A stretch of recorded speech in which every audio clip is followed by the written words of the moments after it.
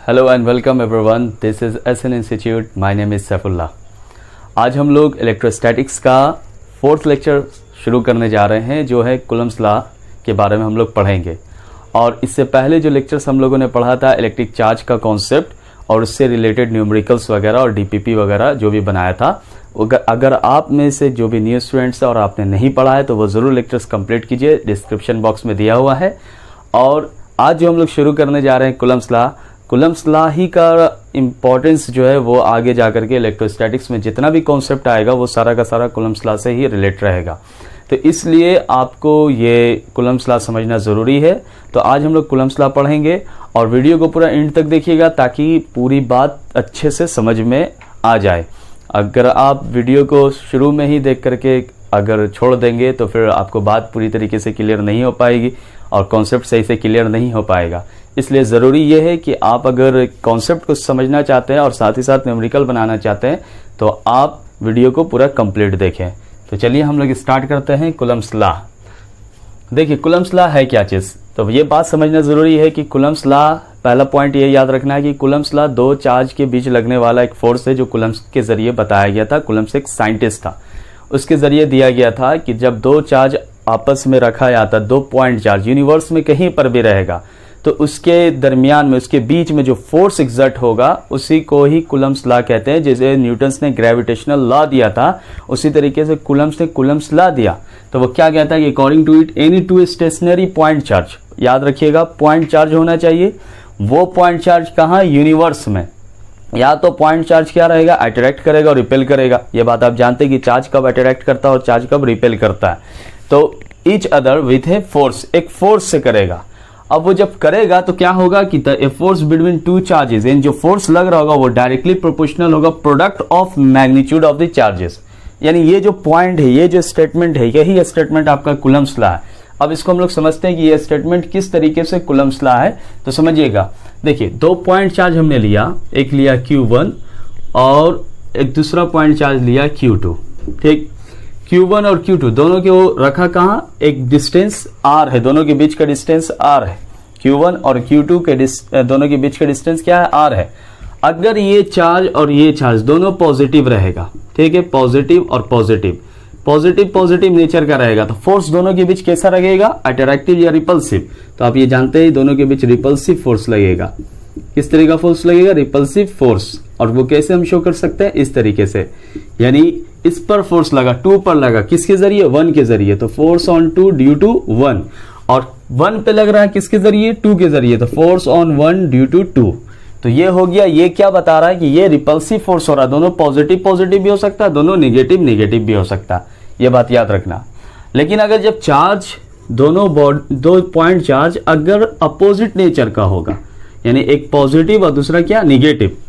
एक positive charge और दूसरा निगेटिव चार्ज, तो दोनों के बीच कैसा फोर्स लगेगा? अट्रैक्टिव फोर्स लगेगा।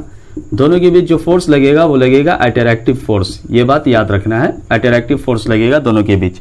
तो अब ये जो अट्रैक्टिव फोर्स लगेगा यानी Q1 और Q2 के बीच, तो ये पॉजिटिव चार्ज और ये निगेटिव चार्ज, तो ये हो गया force on 2 due to 1, force on 1 due to 2। इसका मतलब ये होता है कि फोर्स ऑन 2 ड्यू टू 1। 1 की वजह से दो सेकंड बॉडी पर फोर्स लगा, ये चीज है पहले की वजह से। तो अब यहां पर चार्ज के बारे में बात हो रहा है, दोनों के बीच का डिस्टेंस क्या है? R है। तो कूलम्ब्स लॉ ये कहता है, कूलम्ब्स लॉ ये बताता है कि दो पॉजिटिव चार्ज जो है या दो निगेटिव चार्ज या एक पॉजिटिव या एक निगेटिव चार्ज, दोनों को कहां पर रखा गया? दोनों के एक बीच का डिस्टेंस है R। तो फोर्स जो दोनों के बीच में लगेगा, इलेक्ट्रोस्टैटिक फोर्स जो लगेगा दो चार्ज के बीच में, वो डायरेक्टली प्रोपोर्शनल होगा product of magnitude of charge. यानी पहला फोर्स जो लगेगा इलेक्ट्रोस्टैटिक फोर्स यानी इलेक्ट्रिक फोर्स जो लगेगा वो डायरेक्टली प्रोपोर्शनल होना चाहिए Q1 और Q2 के प्रोडक्ट का। यानी दोनों के मैग्नीट्यूड है, Q1 का मैग्नीट्यूड और Q2 का मैग्नीट्यूड, दोनों का मैग्नीट्यूड का क्या होना चाहिए? प्रोडक्ट होना चाहिए। ये हो गया। और दूसरा ये कहता है कि इलेक्ट्रोस्टैटिक फोर्स जो लगेगा वो इनवर्सली प्रोपोर्शनल होना चाहिए, इनवर्सली प्रोपोर्शनल होना चाहिए square of the distance between them, square of the distance between them. दोनों के बीच का डिस्टेंस क्या माना? R माना, तो R का क्या कर दिया? स्क्वायर कर दिया। अब ये दोनों का हम कंबाइन करेंगे, जब ये दोनों को हम कंबाइन करते हैं तो क्या होता है, Fe is directly proportional to Q1 into Q2 और inversely proportional to R square. ये हुआ।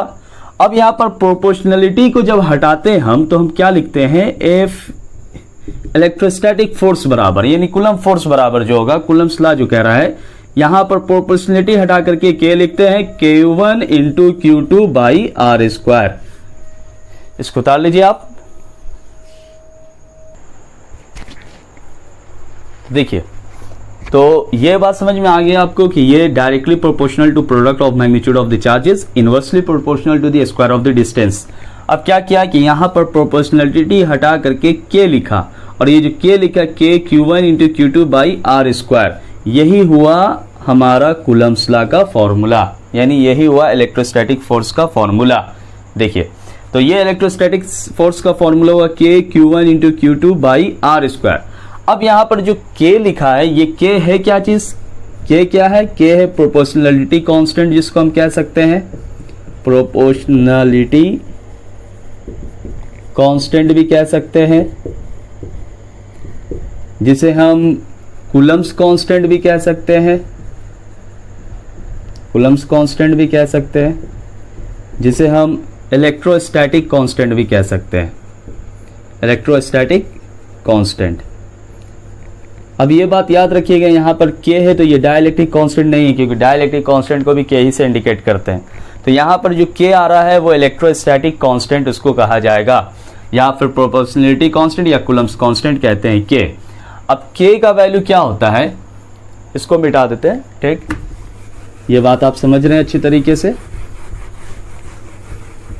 देखिए, K का वैल्यू क्या होता है, K का वैल्यू होता है K बराबर 9 इंटू 10 पे पावर 9, ठीक है, न्यूटन मीटर स्क्वायर पर कूलम स्क्वायर, ये होता है K का वैल्यू। फोर्स का ऐसा यूनिट क्या होता है, न्यूटन होता है। तो K बराबर 9 इंटू 10 पे power 9 newton metre square by coulomb square. किसके लिए होता है, फॉर फ्री स्पेस के लिए, याद रखिएगा, एयर के लिए, वैक्यूम के लिए, इसके लिए ये K का वैल्यू होता है। K बराबर 9 इंटू 10 पे power 9 newton metre square, newton metre square पर कूलम स्क्वायर। और K जो है वो डिपेंड करता है किस पर, डिपेंड्स ऑन दी मीडियम।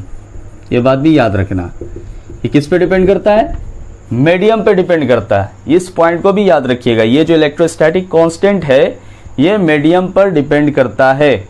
ये मीडियम का मतलब हुआ सॉलिड, लिक्विड, गैस। अगर दो चार्ज को हम एयर में, दो चार्ज पर जो फोर्स लगेगा और उसको जब हम वाटर में इमर्स करेंगे उस चार्ज को, और उसमें देखेंगे कि फोर्स कितना लग रहा होगा, तो उसमें फोर्स का जो वैल्यू होगा एयर के वैल्यू से डिफरेंट हो जाएगा। क्यों, क्योंकि इलेक्ट्रोस्टैटिक कांस्टेंट किस पे डिपेंड करता है, मीडियम पे डिपेंड करता है, इसी वजह से। अब देखिए, इसका यूनिट अगर हमें निकालना होगा, यानी यूनिट ऑफ इलेक्ट्रोस्टैटिक कांस्टेंट अगर निकालना होगा, ये जो आया न्यूटन मीटर स्क्वायर पर कूलम स्क्वायर, ये कैसे आया,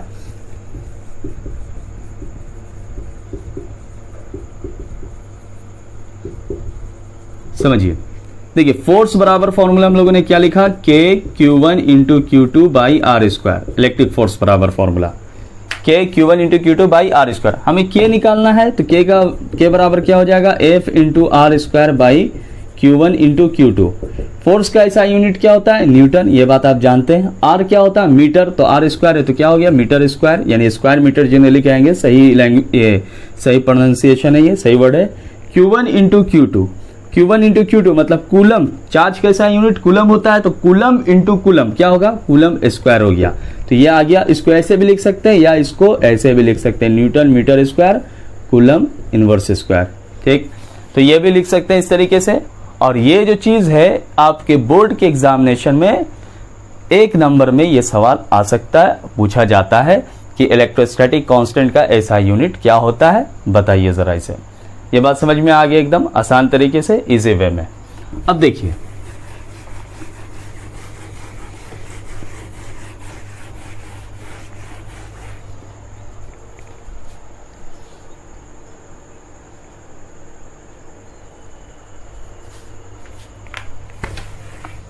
तो यहाँ पर आप लोगों ने उतार लिया इसे, ये याद रखिएगा, इस पॉइंट को हर हाल में याद रखना है, के बराबर।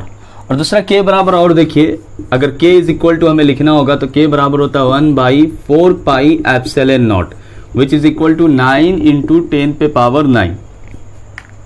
के का वैल्यू 1/4 पाई एप्सिलॉन नॉट भी लेते हैं और या 9 इंटू 10 पे पावर 9 लेंगे। वो क्वेश्चन के हिसाब से हमें समझ में आएगा कि हमें क्या चूज करना है, ये लेना है या फिर ये लेना है, ये वैल्यू पुट करना है या ये वैल्यू पुट करना है। तो के बराबर 1/4 पाई एप्सिलॉन नॉट होता है, ये बात भी याद रखिएगा। के बराबर 1/4 pi epsilon naught is equal to 9 into 10 पे पावर 9। ये वैल्यू किसके लिए होता है, ये याद रखना, फ्री स्पेस, एयर और वैक्यूम के लिए। और दूसरा पॉइंट आपको ये याद रखना इसमें कि के बराबर 1/4 pi epsilon not 9 into 10 power 9 हुआ, तो ये वैल्यू जो आता है ये इससे आता है, यानी इलेक्ट्रोस्टैटिक कांस्टेंट 1/4 पाई एप्सिलॉन होता है। असल में फॉर्मूला ये होता है, के बराबर 1/4 पाई एप्सिलॉन। जब हम लोग रिलेटिव परमिटिविटी का कॉन्सेप्ट पढ़ेंगे तो उसमें अच्छी तरीके से समझेंगे कि ये कैसे आया 1/4 पाई एप्सिलॉन नॉट, इसका वैल्यू कैसे आता है, ये के के बराबर ये किस तरीके से आता है ये वैल्यू। तो देखिए के बराबर 1/4 पाई एप्सिलॉन होता है, इसको एप्सिलॉन कहते हैं, एप्सिलॉन, ठीक है।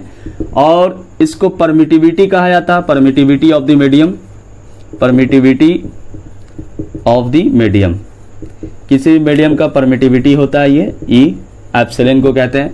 तो यहाँ पर एप्सिलॉन नॉट है, तो एप्सिलॉन नॉट जो होता है वो होता है permittivity of the free space, permittivity of the air, ठीक है, और वैक्यूम कहा जा सकता है। तो एप्सिलॉन नॉट बराबर वैल्यू जो होता है 8.85 इंटू 10 टू द पावर -12, ये याद रखिएगा, 8.85 इंटू 10 टू द पावर -12, ठीक। अब इसका अगर हमें निकालना होगा यूनिट तो उल्टा अपोजिट कर देंगे, कूलम स्क्वायर जो इसका यूनिट होता था न्यूटन मीटर स्क्वायर, तो ये जो coulomb square by newton metre square ये होता है। तो ये वैल्यू आपको याद रखना है, ये भी बोर्ड में 1 नंबर का ऑब्जेक्टिव सवाल आपसे पूछा जा सकता है। 8.85 इंटू 10 पे पावर -12 होता है एप्सिलॉन नॉट, जो परमिटिविटी होता है किस चीज के लिए, permittivity of free space, free space चाहिए या वैक्यूम चाहिए या फिर आप एयर कह सकते हैं, उसका वैल्यू क्या होता है, permittivity of the free space,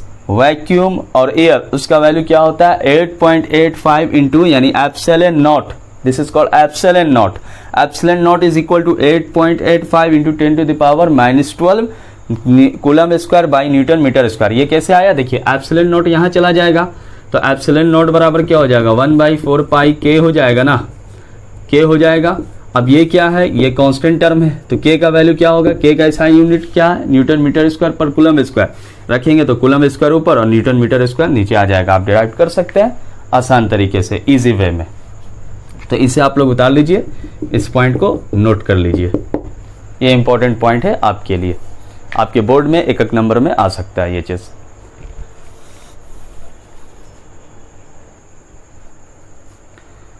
तो ये आप लोगों ने उतार लिया, समझ लिया इस कॉन्सेप्ट को अच्छे तरीके से। तो इसमें कौन सा पॉइंट याद रखना है, पहला पॉइंट आपको याद रखना है फॉर्मूला, इलेक्ट्रिक फोर्स बराबर यानी इलेक्ट्रोस्टैटिक फोर्स बराबर क्या होता है फॉर्मूला, F बराबर फॉर्मूला याद रखिएगा K Q1 into Q2 by R square, पहला चीज ये, इसको याद रखना है इस फॉर्मूला को। दूसरा इसमें जो K आ रहा है इलेक्ट्रोस्टैटिक कांस्टेंट, उसे याद रखिएगा, K का वैल्यू क्या होता है, K का वैल्यू आपको ये वाला याद रखना है हमेशा, K बराबर 1/4 पाई एप्सिलॉन नॉट भी होता है और बराबर 9 इंटू 10 पे पावर 9 भी होता है, यानी न्यूटन मीटर स्क्वायर पर कूलम स्क्वायर, इसको ऐसे लिख सकते हैं यह समझाने के लिए। अब 1/4 पाई एप्सिलॉन नॉट भी यूज होगा, 9 इंटू 10 पे पावर 9 होगा। ये सवाल से देखेंगे कहां पर हमें कौन सा चीज यूज करना है। और एप्सिलॉन नॉट क्या होता है, परमिटिविटी होता है और फ्री स्पेस, वैक्यूम या एयर का, यानी असल में होता है एप्सिलॉन, एप्सिलॉन के बराबर 1/4 पाई एप्सिलॉन होता है। और ये फॉर्मूला एप्सिलॉन नॉट कैसे आया, ये एयर के लिए जो यूज कर रहे हैं हम लोग वैक्यूम के लिए, तो ये जब रिलेटिव परमिटिविटी का कॉन्सेप्ट पढ़ेंगे तो उसमें अच्छी तरीके से समझ लेंगे। तो ये वाला वैल्यू याद रहना चाहिए, ये चीज याद रहना चाहिए और ये चीज याद रहना चाहिए, ताकि न्यूमेरिकल का प्रॉब्लम आप आसानी से सॉल्व कर सकें। क्लियर। अब देखिए हम कंपैरिजन करते हैं इलेक्ट्रिक फोर्स में और ग्रेविटेशनल फोर्स में, इलेक्ट्रोस्टैटिक फोर्स और ग्रेविटेशनल फोर्स का कंपैरिजन।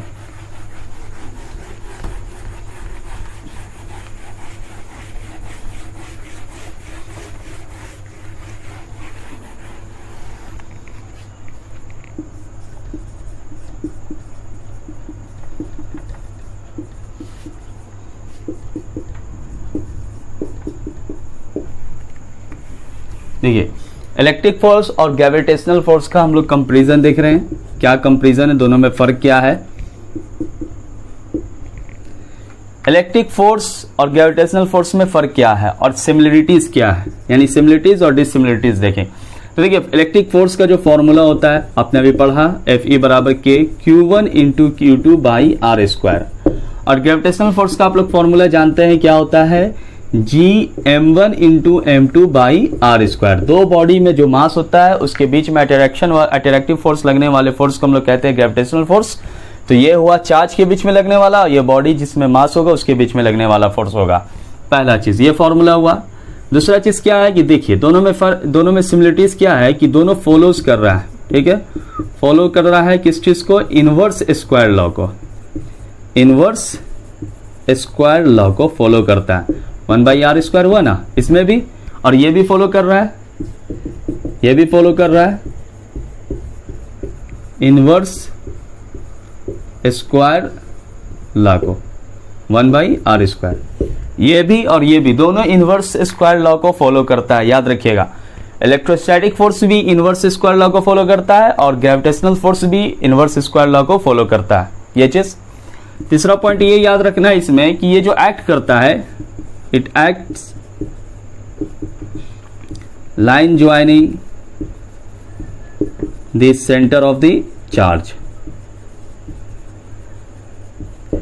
यानी कि एक चार्ज है Q1 और दूसरा चार्ज है Q2। ये दोनों के बीच में जो सेंटर ये दोनों का है, इसमें जो ये जो लाइन है यहाँ पर, ये दोनों को जो लाइन ज्वाइन कर रहा है, इसी पर ही फोर्स लगेगा, एक्ट करेगा, या तो अट्रैक्टिव या तो रिपल्सिव, इसी पर करेगा। और सेम यही चीज इसमें होता है, ग्रेविटेशनल फोर्स में भी होता है कि दो बॉडी है, मास है m1 है और दो बॉडी का मास है m1 और एक बॉडी है m2। अब ये दोनों के बीच में जो लगेगा फोर्स, ये इसके लाइन ज्वाइनिंग में लगेगा। ये चीज आपने पढ़ा होगा क्लास 11th में, लाइन ज्वाइनिंग में लगेगा। यहां पर फोर्स नहीं लगेगा, पता चला m1 यहां पर और यहां पर m2 पे लगा रहा है, तो ऐसा नहीं होगा। m1 और m2 जो लाइन ज्वाइन कर रहा है उसी पर फोर्स एक्ट करेगा, ये पॉइंट याद रखिएगा। चौथा पॉइंट इसमें ये याद रखने वाला है, फोर्थ पॉइंट ये है, फोर्थ पॉइंट इसमें ये है कि ये इट कैन बी अट्रैक्टिव, याद रखना ये बात, ये अट्रैक्टिव भी हो सकता है और रिपल्सिव भी हो सकता है। ये अट्रैक्टिव और रिपल्सिव दोनों हो सकता है इलेक्ट्रोस्टैटिक फोर्स। क्यों? क्योंकि चार्ज का दो नेचर होता है, एक पॉजिटिव चार्ज और दूसरा नेगेटिव चार्ज, इसी वजह से। बट ये क्या होता है, ये हमेशा इट ऑलवेज अट्रैक्टिव, यह हमेशा क्या रहेगा, अट्रैक्टिव रहेगा। यह हमेशा इट ऑलवेज बी अट्रैक्टिव, यह हमेशा क्या रहेगा, अट्रैक्टिव रहेगा, याद रखना ये चीज। तो ये हमेशा रहता है अट्रैक्टिव और ये नेचर इसका क्या होता है, अट्रैक्टिव और रिपल्सिव दोनों होता है। ये फर्क है दोनों में, ठीक है, ये दो डिफरेंसेस है, ये इसमें और इसमें, इलेक्ट्रोस्टैटिक फोर्स और ग्रेविटेशनल फोर्स में। ये फोर्थ पॉइंट हो गया। इतना पॉइंट आप अच्छे तरीके से समझ गए, इजी वे में, आसान तरीके से। इसे आप उतार लीजिए।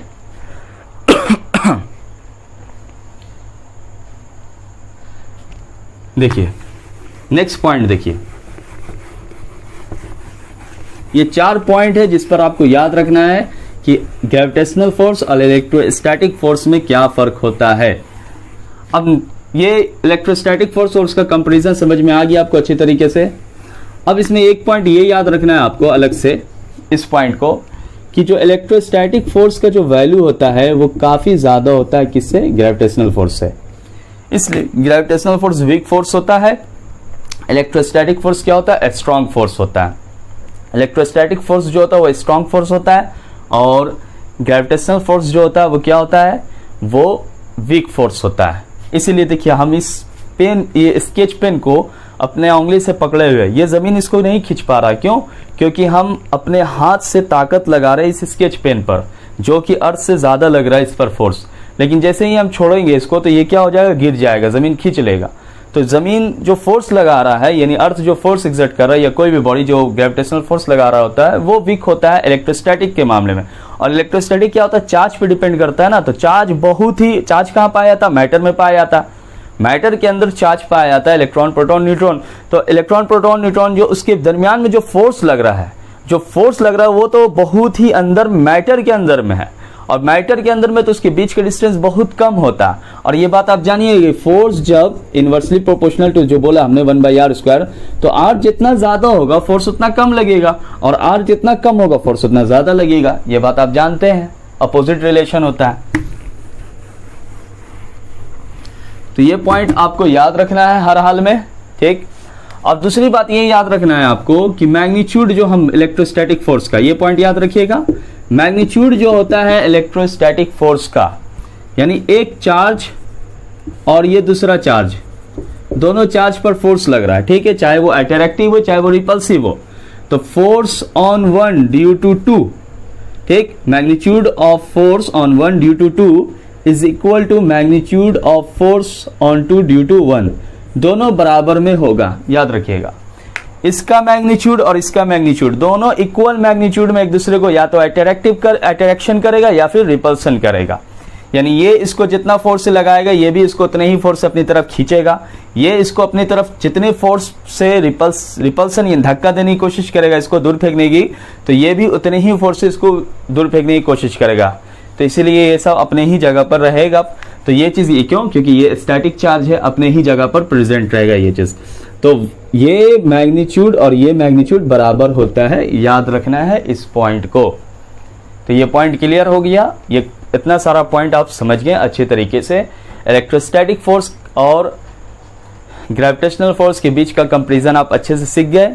ये पॉइंट याद रखिएगा कि इलेक्ट्रोस्टैटिक फोर्स का जो वैल्यू होता है वो ग्रेविटेशनल फोर्स से काफ़ी ज़्यादा होता है, और इलेक्ट्रोस्टैटिक फोर्स में जो मैग्नीट्यूड होगा, अगर एक बॉडी एक चार्ज दूसरे चार्ज पर फोर्स लगाएगा तो दोनों का मैग्नीट्यूड आपस में क्या होगा, बराबर होगा, इक्वल होगा।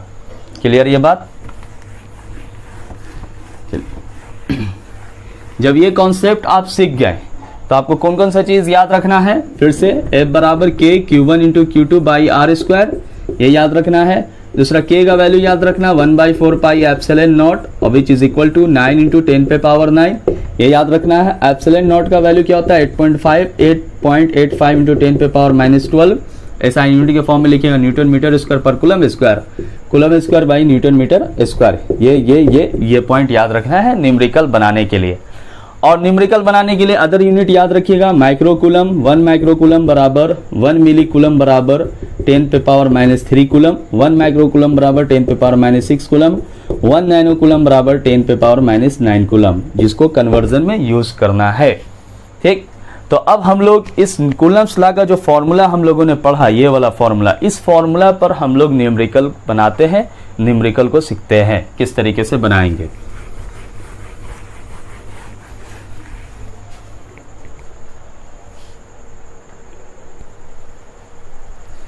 देखिए स्टूडेंट, आपके बोर्ड पर ये क्वेश्चन लिखा हुआ है कि व्हेन द डिस्टेंस बिटवीन, अब यानी कि अब हम लोग न्यूमेरिकल बना रहे हैं कूलम्स लॉ के ऊपर। तो देखिए जैसे जैसे हम लोग कॉन्सेप्ट जब भी पढ़ेंगे तो उस पर हम लोग न्यूमेरिकल जरूर सीखेंगे, क्योंकि फिजिक्स का यही दो चीज होता है, एक कॉन्सेप्ट और एक न्यूमेरिकल, जो आप किसी भी एग्जाम के लिए अगर प्रिपरेशन कर रहे हो, चाहे नीट हो चाहे IIT हो, उसमें ये दो चीज बहुत काम आएगा, एक कॉन्सेप्ट और दूसरा न्यूमेरिकल। और बहुत सा फॉर्मूला रटना पड़ेगा, याद करना पड़ेगा, खास करके नीट के एग्जाम के लिए। उसमें आप ये ना समझें कि नीट का आप अगर एग्जाम देंगे तो आप कॉन्सेप्ट को तो सीखना है, लेकिन रटना भी पड़ेगा, समझना भी पड़ेगा, हर काम करना पड़ेगा, तभी आप एग्जाम क्वालिफाई कर पाएंगे। तो सवाल ये है पहला नंबर कि when the distance between two charge particle is halved the force between them becomes, यानी दो चार्ज पार्टिकल के बीच का डिस्टेंस को क्या कर दिया जाता, आधा कर दिया जाता। तो अभी हम लोगों ने पढ़ा था कि F जो होता है फोर्स क्या होता है, इनवर्सली प्रोपोर्शनल होता है 1/r²। Force is inversely proportional to 1/r², ये चीज हम लोगों ने पढ़ा। अब कह रहा है ये चीज कि अगर r को, यानी r', अगर न्यू r है r', तो r' करेंगे तो पुराने वाले r को, यानी जो डिस्टेंस उसको क्या कर दे, हाफ कर दे। यानी डिस्टेंस अगर आधा कर दे हम, नया डिस्टेंस बराबर आधा कर दिया हम, तो नया जो फोर्स होगा वो कितना टाइम्स होगा पहले वाले फोर्स से, जो न्यू फोर्स होगा वो कितना टाइम्स होगा पहले वाले फोर्स से। तो इसका जवाब क्या है, एकदम आसान है। क्यों? क्योंकि force is directly proportional to होता है 1/r²। तो यहाँ पर r स्क्वायर की जगह पे क्या लिखेंगे, r डैश का स्क्वायर लिखेंगे। तो f dash is equal to f dash directly inversely proportional to क्या हो गया, 1r/2 का स्क्वायर किया। तो अब क्या हुआ, f dash is inversely proportional to r/2 का स्क्वायर जब करेंगे तो क्या होगा, r²/4। अब ये 4 कहाँ जाएगा, ऊपर आ जाएगा। तो f dash is proportional to 4/r²। अब देखिए ये समझाने के लिए बता रहे, 4 1/r² होगा ना, तो ये कितना पहले वाले से, तो यहाँ 4 आया, पहला वाला फोर्स था 1/r², तो यहाँ 4 आया, तो कितना टाइम्स हुआ, आंसर हमारा हुआ 4 टाइम्स हुआ। सिंपल सा एकदम, r को आधा कर दिया हमने, तो r को आधा किया, तो जब r को हाफ करेंगे तो यहाँ 2 का स्क्वायर 4 हुआ, 4 कहाँ आ गया, ऊपर आ गया, तो ऊपर आ गया तो 4/r²। तो 1/r² पहले क्या था, फोर्स के बराबर था, पहला फोर्स। नया फोर्स क्या हो जाएगा, पहले वाले फोर्स से नया वाला फोर्स जो होगा पहले वाले फोर्स से कितना टाइम्स हो जाएगा, 4 टाइम्स हो जाएगा ज्यादा। ये बात समझ में आई बात, 4 टाइम्स हो जाएगा। तो ये याद रखना है कि जब डिस्टेंस को हाफ करेंगे तो 4 टाइम्स हो जाएगा। निकालने का प्रोसेस ये हुआ, तरीका ये हुआ। अब दूसरा क्वेश्चन हम लोग देखते हैं, नेक्स्ट क्वेश्चन बोर्ड पर।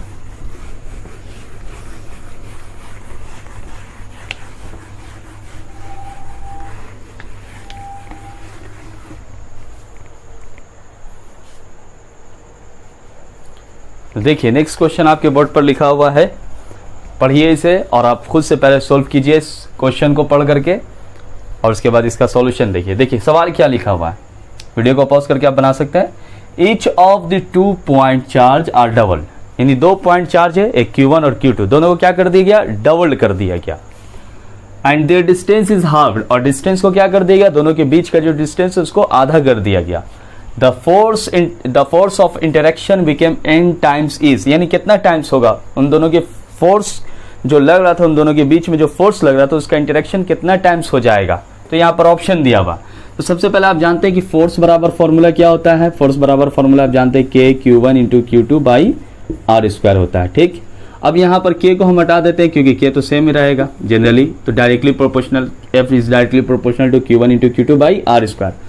अब हम नया फोर्स जो निकाल रहे हैं, नया force is directly proportional to Q1 into Q2/r²। तो Q1 यहाँ क्या हो गया, 2Q1 डबल हो गया, Q2 भी क्या हो गया, 2Q2 डबल हो गया, बाई R। अब R जो दोनों के बीच का डिस्टेंस है वो क्या हो गया, आधा हो गया, R/2, ठीक है। ये जो R है वो आधा हो गया, इसका स्क्वायर किया हमने। तो F dash is equal directly proportional to 2 दूनी 4 हो गया, 4Q1 इंटू Q2। अब इसको करेंगे तो क्या आएगा, R²/4 आ गया। अब ये 4 जब नीचे है तो ये ऊपर में चला जाएगा किस में, मल्टीप्लाई में। तो F डैश इज 4 इंटू 4 कितना हो गया, 16 Q1 इंटू Q2/r²। अब देखिए ये किसके बराबर, ये फोर्स के बराबर है ना, पहले वाला फोर्स Q1 इंटू Q2/r²। तो नया फोर्स जो हुआ वो डायरेक्टली प्रोपोर्शनल टू हुआ 16 टाइम्स ऑफ F, मतलब पहले वाले फोर्स से कितना गुना, 16 टाइम्स। तो ये बात समझ में आया एकदम आसान से, ऑप्शन नंबर सी हो गया हमारा। तो ये ज्यादा भारी सवाल नहीं था, इजी सा क्वेश्चन था। क्यों, क्योंकि इस सवाल में था कि दोनों चार्ज को क्या कर दिया गया, डबल, और डिस्टेंस को क्या कर दिया, हाफ। तो अब फोर्स कितना टाइम्स हो जाएगा, 16 टाइम्स हो जाएगा हमारा आंसर, ठीक है। एकदम अच्छा न्यूमेरिकल हम लोग सीखेंगे 1 बाई 1 करके। तो ये क्वेश्चन नंबर 2 हो गया। अब आइए 3rd नंबर का क्वेश्चन।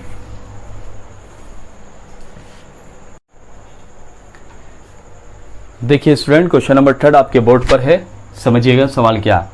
सवाल ये कहता है कि फाइंड द फोर्स, हमें क्या निकालना, फोर्स निकालना। कौन सा फोर्स, इलेक्ट्रोस्टैटिक फोर्स निकालना है, F निकालना है।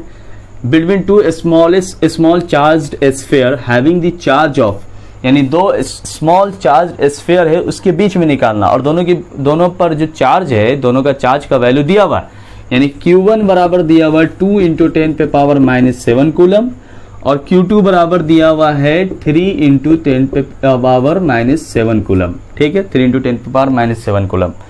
दोनों के बीच का डिस्टेंस, दोनों चार्ज के बीच का डिस्टेंस क्या, दोनों के स्फीयर जो है, स्मॉल चार्ज स्फीयर, उसके बीच का डिस्टेंस कितना, 30 सेंटीमीटर, यानी R बराबर है 30 सेंटीमीटर। अब इस 30 सेंटीमीटर को हम किस में कन्वर्ट करेंगे, मीटर में, तो 30 इंटू 10 पे पावर -2 मीटर हो जाएगा। क्यों? क्योंकि 1 सेंटीमीटर बराबर होता है 10 पे पावर -2 मीटर। अब देखिए यहाँ एक 0 है तो यहाँ एक माइनस कर देंगे तो कितना आ जाएगा, 3 इंटू 10 पे पावर -1 मीटर। क्लियर? ये आप समझ सकते हैं। 10 है ना यहाँ, 10 पे पावर 1, तो 1 - 2 तो क्या हुआ, 10 पे पावर -1 हुआ। अब ये बात जब आप समझ गए तो अब हमें निकालना है इलेक्ट्रोस्टैटिक फोर्स निकालना है। तो इलेक्ट्रोस्टैटिक फोर्स का फॉर्मूला आप जानते हैं, Fe बराबर होता है KQ1 into Q2 by R²। अब देखिए यहाँ पर K का जो वैल्यू आप यूज कीजिएगा एयर के लिए यूज कीजिएगा, तो 1/4πε0 यूज नहीं करना है। क्यों? क्योंकि उसके हिसाब से ऑप्शन नहीं दिया हुआ है। तो हमें क्या यूज करना है, 9 इंटू 10 पे पावर 9 हो गया, इंटू Q1 का वैल्यू कितना आया, 2 इंटू 10 पे पावर -7, Q2 का वैल्यू कितना आया, 3 इंटू 10 पे पावर -7 बाई R²। R क्या है, 3 इंटू 10 पे पावर -1, 3 इंटू 10 पे पावर -1, इसका क्या किया, स्क्वायर। समझ रहे हैं इस बात को? अब देखिए 9, 2 और 3 को एक साथ कर दीजिए, एकदम आसान हो जाएगा बनाना, सोल्व करना। और पावर वाले को एक साथ कर दीजिए, 10 पे पावर 9, यहाँ -7 है और यहाँ -7 है, कर दिया, -7। अब बाई 3 का स्क्वायर कीजिएगा तो क्या आएगा, 9, और 10 पे पावर -1 को 2 से मल्टीप्लाई कीजिएगा तो 10 पे पावर -2 हो गया। 9 से 9 क्या हो गया, कैंसिल, ये -2 ऊपर चला जाएगा प्लस में, 3 2 से क्या हो गया 6 इंटू 10 टू द पावर 9, ठीक है, 9 और -7 कितना हो गया, -7 -14 हो गया। 9 में से -14 घटा दिया तो कितना आ जाएगा, -5, 10 पे पावर -5। ठीक, अब ये -2 ऊपर जाएगा तो किस में आएगा, +2 में। क्लियर? तो हमारा आंसर क्या आया, 6 इंटू 10 पे पावर -3 न्यूटन। ये हमारा आंसर आया, -5 + 2 -3। ऑप्शन मिला, ये पहला ऑप्शन नहीं है, दूसरा ऑप्शन है आपका ऑप्शन नंबर बी, यानी 6 इंटू 10 पे पावर -3 न्यूटन। एकदम आसान तरीके से, सिर्फ और सिर्फ क्या है, कैलकुलेशन है और कुछ नहीं है इसमें। ये क्वेश्चन नंबर 3 कंप्लीट। और 4th नंबर सवाल देखते हैं हम लोग। देखिए कॉन्सेप्ट के ऊपर आप न्यूमेरिकल बनाते जाइए, आपका कॉन्सेप्ट क्लियर होता जाएगा अच्छे से, इजी वे में।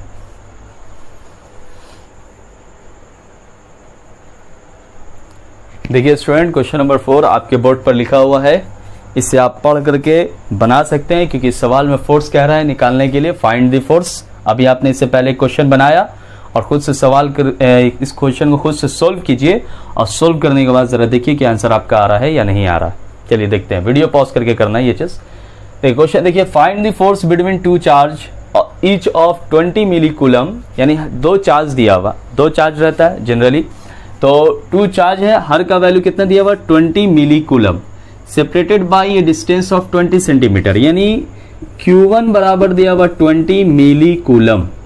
मिली कूलम मेरे ख्याल से आप जानते हैं, मिली कूलम को कन्वर्ट कीजिए कूलम के फॉर्म में, तो 20 इंटू 10 पे पावर -3 कूलम हो गया Q1। Q2 भी आपका यही हो जाएगा 20 मिली कूलम, क्योंकि दोनों का वैल्यू सेम दिया हुआ, ईच ऑफ, है ना, 2 चार्ज है, ईच ऑफ, तो 20 इंटू 10 पे पावर -3 कूलम हो गया Q1 Q2। R बराबर कितना दिया हुआ डिस्टेंस, 20 सेंटीमीटर, 20 सेंटीमीटर कन्वर्ट कीजिए इसको किस में, मीटर में, 20 इंटू 10 पे पावर -2 मीटर। अब आपको क्या यूज करना, फॉर्मूला और कुछ नहीं, फोर्स बराबर KQ1 into Q2 by R²। K का वैल्यू क्या यूज कीजिएगा एयर के लिए, 9 इंटू 10 पे पावर 9 इंटू Q1 का वैल्यू कितना दिया हुआ, 20 इंटू 10 पे पावर -3, Q2 का वैल्यू भी दिया हुआ 20 इंटू 10 पे पावर -3, और बाई R कितना दिया हुआ है, 20 इंटू 10 पे पावर -2, इसका क्या करेंगे, स्क्वायर। ठीक, आइए इसको एक जगह करते हैं, 9 इंटू 10 पे पावर 9 इंटू 20 इंटू 20, ठीक, और उसके बाद आइए 10 पे पावर 9 -3 कर दिया, बाई 20 को 2 बार करना है, यानी 20 इंटू 20, इधर भी आ जाएगा इधर भी आ जाएगा, और यहाँ देखिए 10 पे पावर -2 का वैल्यू क्या होगा, 10 पे पावर -4, 2 दूनी 4, 20 से 20 क्या हो गया, कैंसिल हो गया, बचा क्या, सिर्फ 9 इंटू 10 पे पावर, आइए इधर देखिए ये -4 ऊपर चला जाएगा +4 में, ठीक है, 9 में से -6 को घटा दीजिए, तो 9 में से -6 को घटाइएगा तो क्या आएगा, 3 आएगा। बात समझ रहे हैं, 10 पे पावर 3 और ये -4 ऊपर चला जाएगा किस फॉर्म में, प्लस फॉर्म में, तो 3 + 4 तो 9 × 10 पे पावर 7 न्यूटन। ऑप्शन मिला ये, ऑप्शन नंबर 1 पहला, ए में 9.5 × 10 पे पावर 7, बी में 7 आ रहा है, सी में 9 × 10 पे power 7 newton. Option number C is correct answer. समझ गए इस बात को अच्छे तरीके से, ये सवाल समझ में आ गया आप लोगों को। ठीक है, हम नेक्स्ट क्वेश्चन देखते हैं। 4 क्वेश्चन अभी तक हम लोगों ने बना लिया है, अब नेक्स्ट क्वेश्चन की तरफ बढ़ते हैं।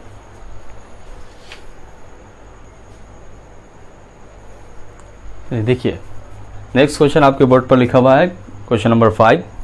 सवाल ये कहता है नेक्स्ट क्वेश्चन में कि the force between two charges, दो चार्जेस के बीच फोर्स क्या होगा। The force between two charges the force between two charges, ये सवाल नहीं कह रहा है, सवाल अभी कह रहा है the force between two charges when separated by distance of 50 centimetre in air. 50 centimetre जो है उसका क्या होता है, डिस्टेंस ये होता है 50 सेंटीमीटर इन एयर, हवा में कितना फोर्स लगता है, 40 न्यूटन। यानी जब दो चार्ज को 50 सेंटीमीटर की दूरी पर रखा जाता है एयर में तो उस पर कितना फोर्स लगता है, 40 Newton. What will be the force, अब सवाल कह रहा है कि फोर्स क्या होगा between them if the distance become 25 centimetre. Distance अगर 25 सेंटीमीटर कर दिया जाए तो फोर्स क्या होगा, सवाल ये कह रहा है। तो पहले देखिए, पहला फोर्स जो था F1 बराबर के Q1 × Q2 बाई R1 का स्क्वायर करेंगे। क्यों, फोर्स और R1, first force first distance, charge Q1 और Q2 के है, ठीक। F2 बराबर के Q1 × Q2 बाई R2 का स्क्वायर, R2 का स्क्वायर, R तो फोर्स क्या होगा, सेकंड फोर्स क्या होगा। तो देखिए इसको अगर इससे मल्टीप्लाई करेंगे F1 × R1 का स्क्वायर बराबर के Q1 × Q2 और F2 × R2 का स्क्वायर हम लोग करेंगे तो क्या आएगा, K × Q1 × Q2। अब देखिए Q1 × Q2 Q1 × Q2 तो क्या ये दोनों बराबर होगा आपस में, तो हम लिख सकते हैं F1 × R1 का square is equal to F2 × R2 का स्क्वायर, दोनों बराबर होगा। F1 × R1 तो F1 का वैल्यू हमारा क्या दिया हुआ है, F1 फर्स्ट में 40 न्यूटन, R1 क्या दिया हुआ है, R1 दिया हुआ है 50, तो 50 को 2 बार मल्टीप्लाई करेंगे स्क्वायर। F2 हमें निकालना है, ठीक। R2 हमें क्या दिया हुआ है 25, क्या होगा फोर्स 25 × 25 सेंटीमीटर, चेंज करने का जरूरत नहीं है यूनिट क्योंकि कैंसिल हो जाएगा, आंसर सेम आएगा। 25 2 बार में कैंसिल कर देगा 50 को, 25 2 बार में कैंसिल हो गया 50 25 से, 2 दूनी 4, 4 को 40 से मल्टीप्लाई कीजिए तो F2 बराबर कितना आ गया 160 न्यूटन। ये हुआ हमारा ऑप्शन नंबर सी आंसर, ठीक। ऑप्शन नंबर सी हो गया आंसर हमारा इस तरीके से। क्यों, क्योंकि यहाँ पर चार्ज नहीं दिया हुआ, चार्ज का वैल्यू तो चार्ज तो Q1 और Q2 रहेगा और K सेम रखेंगे तो ये दोनों फोर्स आपस में क्या हो जाएगा, बराबर हो जाएगा। जब इस तरीके का क्वेश्चन रहे तो याद रखिए कि अगर डिस्टेंस और फोर्स दिया रहे, फिर डिस्टेंस और आपको कह रहा है निकालने के लिए क्या, फोर्स, या अगर फोर्स दिया रहता डिस्टेंस बोलता निकालने के लिए सेकंड में तो बस F1 × R1 का स्क्वायर बराबर F2 × R2 का स्क्वायर, ये फॉर्मूला यूज कीजिए और बना लीजिए। दूसरा तरीका क्या है इसका बनाने का, वो फॉर्मूला शॉर्टकट देखिए, शॉर्टकट इसको बनाने का तरीका आपने पढ़ा होगा ये चीज, F अभी पढ़ाया था, पहला क्वेश्चन याद कीजिए, F is inversely proportional to R square, F is inversely proportional to R square, 1/R square होगा, F is proportional to 1/R square.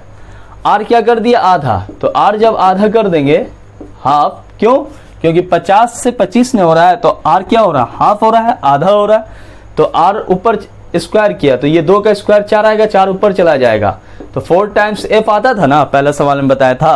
तो न्यू फोर्स जो होगा पहले वाले फोर्स से कितना गुना होगा, 4 गुना होगा, तो 4 इंटू फोर्स कितना है 40 है, तो 4 × 40 कितना आ गया 160 न्यूटन। ऐसे ही बना सकते हैं आप, कोई ज्यादा भारी नहीं, एकदम आसान से बन गया, 2 लाइन में कैंसिल हो, ये आंसर आ जाएगा हमारा option number C is the correct answer. तो ये समझ गए आप अच्छी तरीके से। Question number 5 clear. Next question देखते हैं, क्वेश्चन नंबर 6।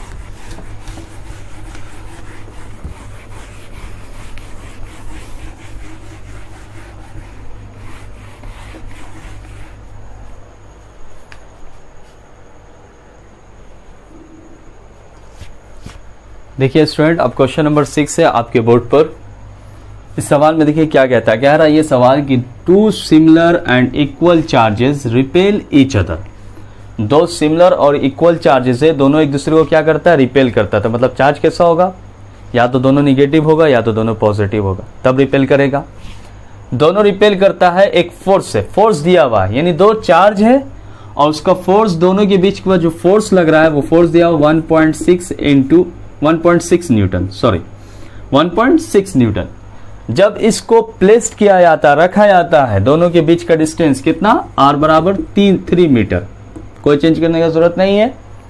फोर्स दिया हुआ, डिस्टेंस दिया हुआ, कह रहा है कि स्ट्रेंथ ऑफ इस चार्ज इज, मतलब दो सिमिलर चार्ज है, उसका मैग्नीट्यूड नहीं दिया हुआ, उसका स्ट्रेंथ बताना, हमें मैग्नीट्यूड बताना है। तो जो चार्ज है Q1 और Q2 दोनों आपस में क्या है, बराबर है, तो दोनों को हमने क्या मान लिया, Q के बराबर मान लिया।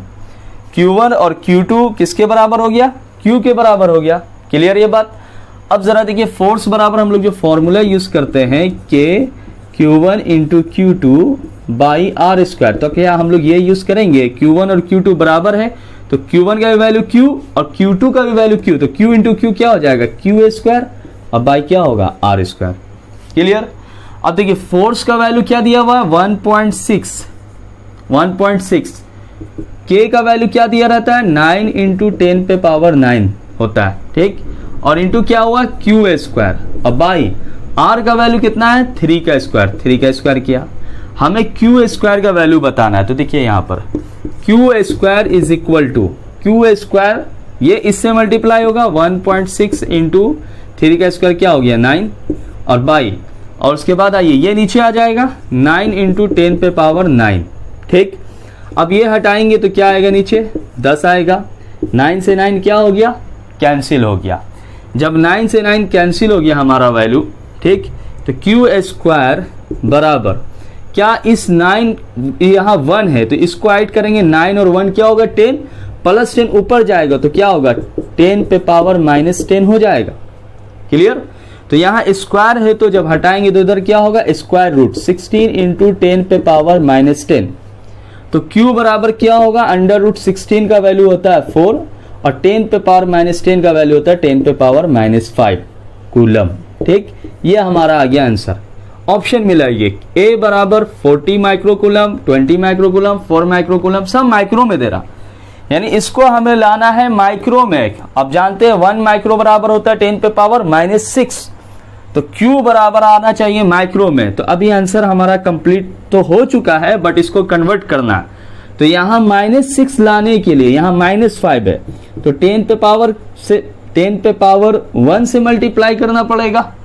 यहाँ -5 आ रहा है, अगर सपोज दैट, समझिए इस बात को, तो 10 पे पावर -5 है तो -1 चाहिए, तो -1 चाहिए तो नीचे 10 रहना चाहिए, 10 पे पावर 1, तो 10 पे पावर 1 जब ऊपर जाएगा तो -5 -1 -6 हो जाएगा, इसीलिए 10 से मल्टीप्लाई और 10 से डिवाइड करेंगे।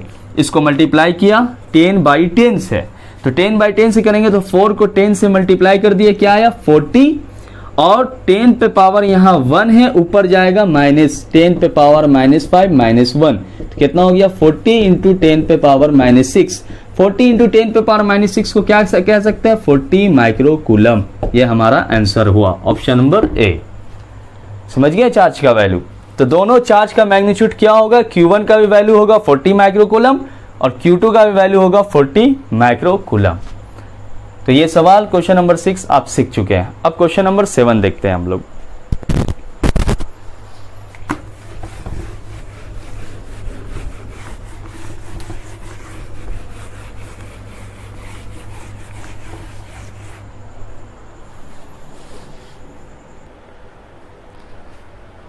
देखिए स्टूडेंट, अब क्वेश्चन नंबर 7 है आपके बोर्ड के ऊपर, और देखिए इस तरीके का क्वेश्चन हम लोग प्रैक्टिस कर रहे हैं। बहुत अच्छा सवाल, अच्छा क्वेश्चंस बना रहे हैं, ताकि आपका कॉन्सेप्ट और न्यूमेरिकल दोनों मजबूत हो जाए फिजिक्स के मामले में।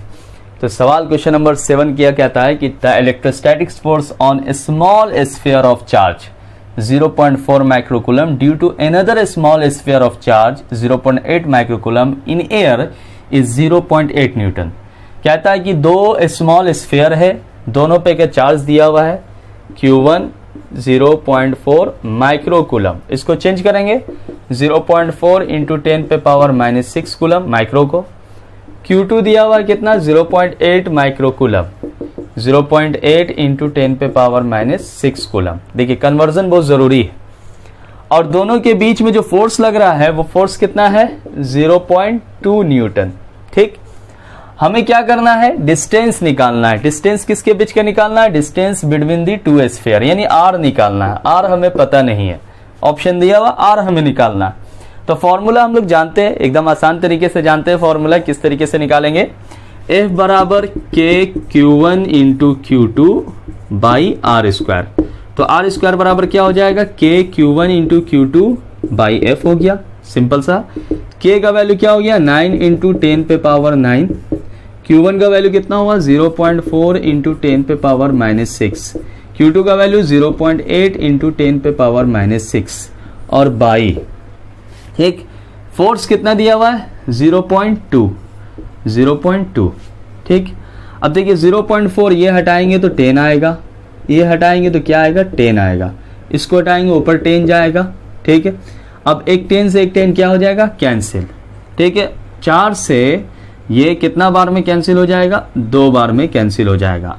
अब देखिए करेंगे क्या चीज, आर स्क्वायर बराबर 9 है, 9 इंटू 2 इंटू 8, 10 पे पावर क्या आएगा 9 -6 आया, उसके बाद -6 आया और यहाँ +1 है, ऊपर में जाएगा तो क्या होगा -1। बाकी तो 10 कैंसिल हो गया, ये तो 1 है, ऊपर जाएगा -1। 8 दूनी 16, 16 को 9 से मल्टीप्लाई करेंगे तो कितना आएगा, आर स्क्वायर बराबर 144। 9 दूनी 18, 18 भी होता है 144, 18 8 9 -6 -1 तो माइनस कितना आया, देखिए यहाँ पर ध्यान दीजिएगा 9 आया। अब यहाँ पर जरा ध्यान देना है, -6 -12 -1 क्या हुआ -13। 9 में से -13 जाएगा, 9 में से -13 जाएगा तो कितना बचेगा 10 पे पावर -4 आएगा ना। ठीक, अब इसलिए r बराबर हम लोग लिखेंगे, स्क्वायर है तो स्क्वायर हटाएंगे तो क्या होगा स्क्वायर रूट 144 इंटू 10 पे पावर -4। 144 किसका वैल्यू होता है, 144 होता है किसका रूट होता है 12 का, और 10 पे पावर -4 क्या हो जाएगा 10 पे पावर -2, क्योंकि -2 का स्क्वायर करेंगे तो -4 आएगा। ये आया मीटर में हमारा आंसर। ऑप्शन देखिए किस में दे रहा है, सेंटीमीटर में। ऑप्शन दे रहा है सेंटीमीटर में, तो 1 सेंटीमीटर बराबर 10 पे पावर -2 मीटर होता है। 1 सेंटीमीटर बराबर 10 पे पावर -2 मीटर होता है। तो यहाँ 12 इंटू 10 पे पावर -2 मीटर है, तो हम क्या करेंगे 10 पे पावर -2 मीटर को हम किस में कन्वर्ट कर देंगे, सेंटीमीटर में। तो 12 सेंटीमीटर हमारा आंसर हो गया, ऑप्शन नंबर सी। ठीक, तो ये सवाल इससे हम लोगों ने सीखा क्या निकालने के लिए, डिस्टेंस निकालने के लिए हम लोगों ने सीखा। अब देखिए क्वेश्चन नंबर 8, इसके बाद वाला सवाल।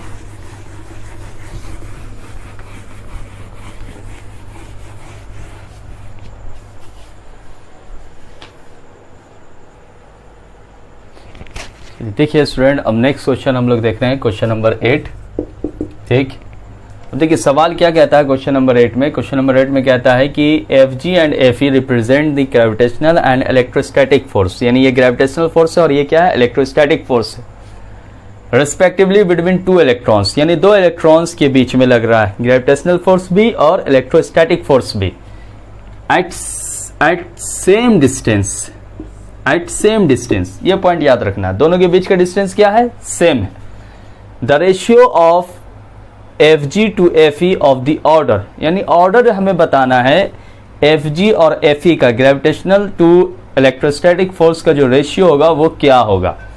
तो ये बात आपको याद रहना चाहिए कि देखिए इसमें और इसमें एक पॉइंट जो उस वक्त मिस किया था दोनों के बीच में कंपैरिजन में, उसे याद रखना है कि ये जो होता है नहीं, ये G इसमें होता है ग्रेविटेशनल फोर्स में, यूनिवर्सल ग्रेविटेशनल कांस्टेंट जिसको कहते हैं, यूनिवर्सल ग्रेविटेशनल कांस्टेंट, और ये होता है इलेक्ट्रोस्टैटिक कांस्टेंट। ये मीडियम पे डिपेंड करता है। ठीक, ये मीडियम पे डिपेंड करता है, बट ये मीडियम पे डिपेंड नहीं करता है, यूनिवर्स में हर जगह ये कांस्टेंट होता है। तो अब देखिए हम लोग जब बात कर रहे हैं इलेक्ट्रॉन की, एक इलेक्ट्रॉन 2 इलेक्ट्रॉन है, दोनों के बीच का डिस्टेंस क्या है, सेम है। क्लियर, तो सेम डिस्टेंस पे रखा जाता है, ग्रेविटेशनल फोर्स के लिए भी सेम डिस्टेंस पर रखा जाता है, इलेक्ट्रोस्टैटिक फोर्स के लिए। तो हमें बताना है Fg बाई Fe का वैल्यू क्या होगा ऑर्डर के फॉर्म में। F G by F E का जो वैल्यू है ऑर्डर के फॉर्म में हमें बताना, तो ऑर्डर के फॉर्म में क्या, तो एफ जी का जो वैल्यू होता है इलेक्ट्रॉन है, तो इलेक्ट्रॉन का 1 इलेक्ट्रॉन का चार्ज जो होता है वो होता है 1.6 इंटू 10 पे पावर माइनस 19, इसका भी हो जाएगा 1.6 इंटू 10 पे पावर माइनस 19, और मास ऑफ इलेक्ट्रॉन क्या होता है 9.1 इंटू 10 पे power minus 31, mass of electron होता है 9.1 इंटू 10 पे पावर माइनस 31 kg। ठीक, मास क्यों, ग्रेविटेशनल फोर्स के लिए, चार्ज क्यों, इलेक्ट्रोस्टैटिक फोर्स के लिए। क्लियर। तो एफ जी बराबर होता है G m1 into m2 by r square, और एफ ई जो होता है K Q1 into Q2 by r square. R square क्या हो जाएगा, कैंसिल हो जाएगा। ठीक, जी का वैल्यू क्या होता है 6.67 इंटू 10 पे पावर माइनस 11, m1 का वैल्यू क्या हुआ 9.1 इंटू 10 पे पावर माइनस 31, 9.1 इंटू 10 पे पावर माइनस 31, दो बार लिखा, बाई 6.67 हुआ। अब यहाँ पर k का वैल्यू क्या होता है 9 इंटू 10 पे पावर 9, Q1 का वैल्यू क्या है 1.6 इंटू 10 पे पावर माइनस 19 इंटू 10 पे पावर माइनस 1.6 इंटू 10 पे पावर माइनस 19। अब हमें क्या करना है, सवाल में क्या रहा, ऑर्डर बताना है, ऑर्डर। तो ऑर्डर का मतलब क्या हुआ कि जितना पावर वाला है ना बस उसको ले लीजिए, बाकी सबको छोड़ दीजिए। तो देखिए ऊपर में क्या पावर है, इसमें 10 पे पावर माइनस 11 को लीजिए। ठीक, इसको हटा दीजिए, इसको हटा दीजिए, इसको हटा दीजिए। 10 पे पावर माइनस 11 माइनस 31, ठीक, और बाई इसको हटा दीजिए, इसको हटा दीजिए, इसको हटा दीजिए, सिर्फ ऑर्डर लीजिए। 10 पे पावर 9 माइनस 19 माइनस 19। ठीक, अब जरा से यहां ध्यान दीजिए, F G by F E का ऑर्डर क्या आएगा। देखिए 10 पे पावर कितना आएगा माइनस 31 माइनस 31 माइनस 62 हुआ, माइनस 62 माइनस 11 क्या हुआ माइनस 73, 10 पे पावर माइनस 73 आया।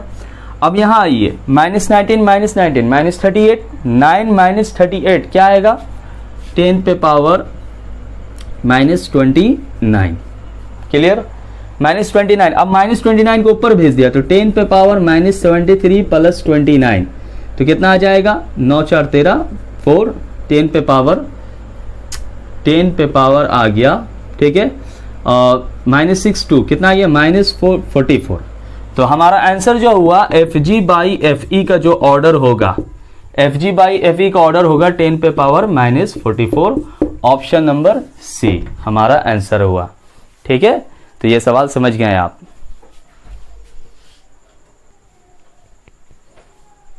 तो ये क्वेश्चन आपको अच्छी तरीके से समझ में आ गया, बेहतर तरीके से आपने सीख लिया क्वेश्चन नंबर 8।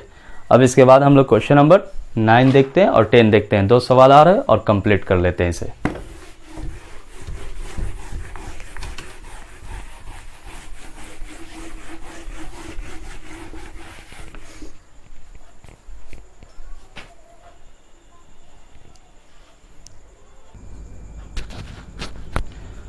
हाँ, तो इससे पहले हम लोगों ने क्वेश्चन नंबर 8 में ऑर्डर वाला सवाल बना लिया था।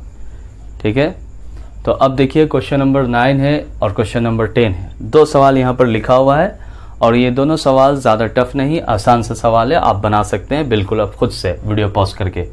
देखिए क्वेश्चन नंबर 9 क्या कहता है। क्वेश्चन नंबर 9 कहता है there are 2 charges plus microcoulomb plus 5 microcoulomb plus 1 plus 5, ratio of the force on them will be. यानी एक चार्ज जो है प्लस 1 माइक्रोकूलम का चार्ज है और दूसरा प्लस 5 माइक्रोकूलम का चार्ज है। दोनों के बीच में जो फोर्स लगेगा वो फोर्स कैसा लगेगा, फोर्स ऑफ रिपल्सन लगेगा। तो दोनों के बीच का रेशियो पूछ रहा है। तो ये इस पे जो फोर्स लगाएगा, मान लो ये फर्स्ट बॉडी है तो ये 1 हुआ, और इस पे लगाएगा ये सेकंड चार्ज है। ठीक है, तो ये 1 के जरिए लगा। तो हमने बताया था कि इसमें इस क्वेश्चन में दोनों का मैग्नीट्यूड आपस में क्या होता है, बराबर होता है। ये इस पे जो फोर्स लगा रहा है और इस पर ये जो फोर्स लगा रहा है, दोनों जो एक दूसरे पे फोर्स लगा रहा है, दोनों का मैग्नीट्यूड आपस में क्या होगा, बराबर होगा। तो जब दोनों का मैग्नीट्यूड आपस में बराबर होगा तो रेशियो जब हम निकालेंगे तो रेशियो कितना आ जाएगा, 1:1 आएगा। सिंपल सा, दोनों का मैग्नीट्यूड बराबर तो रेशियो निकालना है। तो F12 बाई F21 दोनों, तो दोनों कैंसिल कर देंगे ना, क्योंकि दोनों एक दूसरे के बराबर है, 1/1 आ जाएगा। क्लियर। अब आइए दूसरा क्वेश्चन नंबर 10 कहता है 2 point charge plus 3 microcoulomb plus 8 microcoulomb are placed distance of 3 centimetre. तो Q1 बराबर दिया हुआ 3 माइक्रोकूलम माइक्रो कूलम को चेंज कर दिया 3 इंटू 10 पे पावर -6 कूलम, और Q2 बराबर दिया हुआ है 8 माइक्रो कूलम। 8 माइक्रो कूलम को चेंज कर दिया 8 इंटू 10 पे पावर -6 कूलम। ठीक, R बराबर दिया हुआ है 3 सेंटीमीटर। 3 सेंटीमीटर को मीटर में चेंज कर दिया 10 पे पावर -2 मीटर। हमें क्या बोल रहा है निकालने के लिए? फोर्स। तो फोर्स बराबर हम लोग जानते हैं K Q1 into Q2 by R square. तो K का वैल्यू क्या हो गया? 9 इंटू 10 पे पावर 9। Q1 का वैल्यू क्या हो गया? 3 इंटू 10 पे पावर -6, और Q2 का वैल्यू 8 इंटू 10 पे पावर -6, और बाई R का वैल्यू कितना हो गया? 3 इंटू 10 पे पावर -2। इसका स्क्वायर करेंगे हम लोग। तो देखिए 9 इंटू 3 इंटू 8 ला दिया साथ में, और उसके बाद 10 पे पावर -9 -6 बाई 3 का स्क्वायर क्या होगा? 9, और 10 पे पावर क्या हो जाएगा? -4। 9 से 9 क्या हो गया? कैंसिल। 8 3 ज़ा 24, -4 ऊपर भेज देंगे तो कितना हो जाएगा? देखिए यहाँ पर इसका सॉल्यूशन 8 3 ज़ा 24 इंटू 9 6 6 12, 9 में से 12 -3 होगा, 10 पे पावर -3, और -4 ऊपर भेज देंगे तो +4 हो गया।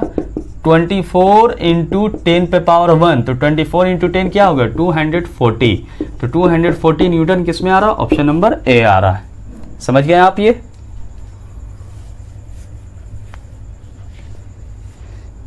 ये बात समझ में आ गई ना आप लोगों को अच्छी तरीके से? तो क्वेश्चन नंबर 9 और क्वेश्चन नंबर 10 आपने सीख लिया एकदम अच्छे तरीके से। कूलम्स लॉ का कॉन्सेप्ट क्लियर हो गया। F बराबर K Q1 into Q2 by R square. यह भी इस पर आपने करीब 10 न्यूमेरिकल आपने बनाया। और इसके बाद जो हम लोग पढ़ेंगे रिलेटिविटी का फॉर्मूला, ठीक है, परमिटिविटी पढ़ेंगे। जब हम रिलेटिव परमिटिविटी पढ़ेंगे, थ्योरी ऑफ रिलेटिविटी तो वो मॉडर्न फिजिक्स में, तो ये पढ़ेंगे इसमें हम रिलेटिव परमिटिविटी। जब परमिटिविटी का कॉन्सेप्ट पढ़ेंगे तो उस पर बड़ी न्यूमेरिकल बनाएंगे, उसका भी कॉन्सेप्ट अच्छे से सीखेंगे। फिर सुपरपोजिशन पढ़ना है, कूलम्स लॉ का ही सब आगे स्टेप बाय स्टेप बढ़ता चला जाएगा। तो इस वीडियो का अगर आपने ये बनाया, कॉन्सेप्ट आपने सीखा, वीडियो आपको अच्छा लगा तो इसे दूसरे तक शेयर कीजिए, लाइक कीजिए, और दूसरा लेक्चर्स जरूर देखना ना भूलिएगा। और ये लेक्चर्स आप एकदम अच्छी तरीके से और प्रीवियस लेक्चर भी अच्छे तरीके से कंप्लीट करते चलिए, क्योंकि इलेक्ट्रोस्टैटिक्स आपके लिए एकदम आसान हो जाएगा। Thank you for watching this video.